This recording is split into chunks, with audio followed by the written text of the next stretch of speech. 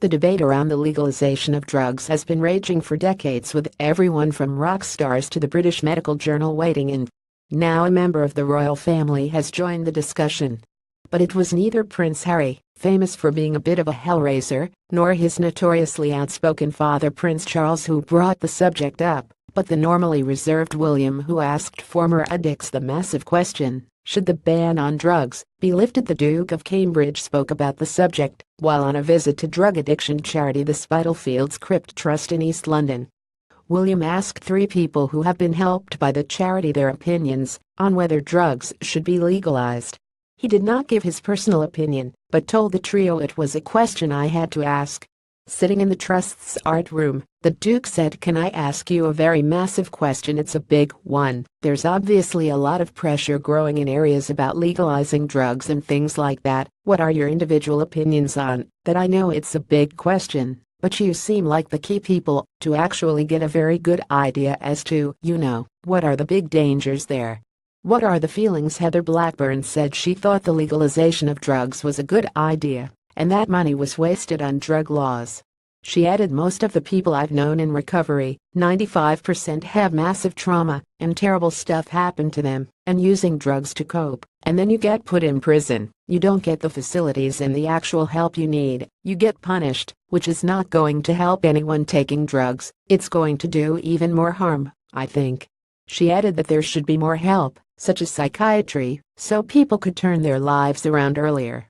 The Duke then asked whether prison tackles the root cause of why someone is taking drugs, to which Blackburn replied, "No, it just punishes what you've done, not the reasons why." Recovering alcoholic Grace Gunn, 19, who is training to become a midwife, told the future king, "You can't just say, drugs are illegal, or now we can all go and do drugs, because it doesn't stop the fact we're a nation of people hurting, and we can't undo all that overnight. It takes a long period of time." Jason Melham, a 45-year-old recovering heroin addict originally from Melbourne in Australia, said, "Personally, I believe that they should not be made legal." At the end of the discussion, the Duke thanked the group for giving him a very useful little snapshot, adding, "Talking to you and being here, it feels like a question I had to ask. I appreciate your honesty."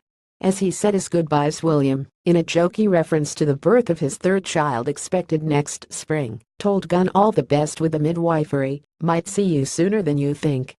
William's question to the recovering addicts was welcomed by Danny Kushlik, head of external affairs at Transform, a charitable think tank that campaigns for the legal regulation of drugs in the UK and internationally. Kushlik said the protocol in the Westminster Village is we don't talk about drugs. That's why we appreciate the courage and foresight of Prince William to be stepping into the debate where even seasoned politicians won't go. The government's drug policy is not likely to change in the foreseeable future. In its drug strategy, published in July, it said we have no intention of decriminalizing drugs. Drugs are illegal because scientific and medical analysis has shown they are harmful to human health. Drug misuse is also associated with much wider societal harms, including family breakdown, poverty, crime, and antisocial behavior. We are aware of decriminalization approaches being taken overseas, but it is overly simplistic to say that decriminalization works.